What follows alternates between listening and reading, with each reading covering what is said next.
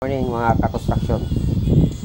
Today is Friday and the last day of usually the work week, pero sa atin hanggang Sabado tayo, but today is the most the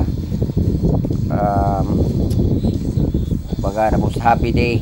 Kaya Sabado medyo relax ang construction, ano masyado usually iba half day. So mga construction, mag-ingat, ganun pa rin sa job site, and as much as possible complete your target accomplishment today, so that tomorrow medyo relax na lang while waiting for your payroll.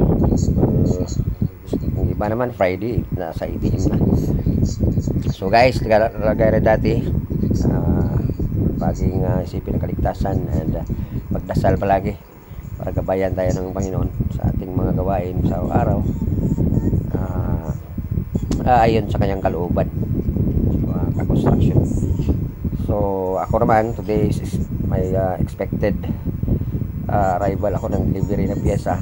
So hopefully maayos to, and with the help of my close friend Safety Julius, shout out sa'yo. Ang ating usapan sana ngayon ay pag-workout, ka-construction, message lang, safety. And also to other to my followers and subscribers, continue to support my channel so that I can at least share my ideas on what exactly the activities and what construction related works are, lalo pag nasa Manila na ko, share ko po hindi lang construction, and also to my friends and other not construction workers are also welcome to this channel, and please support it, mga construction. I love you all guys, and God bless. Good morning.